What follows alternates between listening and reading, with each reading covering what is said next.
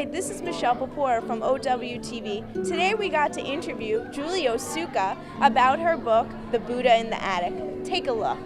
Well, when I was on book tour for my first book, I was in California where there are a lot of Japanese Americans, and wherever I went, like older Japanese Americans would come up to me and start just telling me stories about their grandmother or their great aunt or their mother who'd come over as a picture bride, and I just heard a lot of different variations of this one story, and I just thought, it's such a great ready-made found story that exists in history, and nobody had really written about it yet, and I just thought, I wanted to tell that story. We invited Julie Otsuka to share her novel, The Buddha in the Attic, because we have a whole series of events, part of a series called Crossing Borders, Erasing Borders, to look at inequalities that face women and immigrants, but connecting that to larger inequalities in the society. If this book inspired me to do anything, it would be to stand up for oppressed people. It inspired me to learn more about the cultures and the history of different people. I taught it in my Literature Across Cultures class, and we had several really engaging discussions about it, and students talked about their own experiences.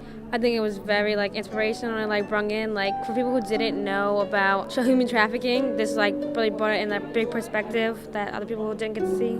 I really liked the fact that it was written from a bunch of different perspectives and not just one woman, so you heard a whole lot of stories. The novel is so rich that it pretty much touches people's lives in various ways, and I think that showed tonight in that there was such a great turnout of students, and that demonstrates how connected a number of our students felt to the story that she was telling. And I didn't start writing until I was 30, and I never thought, as a child that I'd end up being a writer.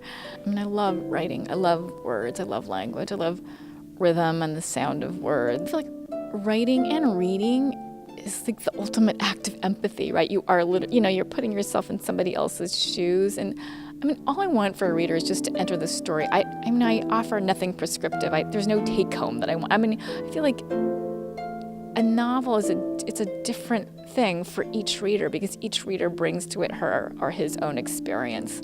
It was a pleasure meeting award-winning author Julie Otsuka. Be sure to check out her latest novel, The Buddha in the Attic.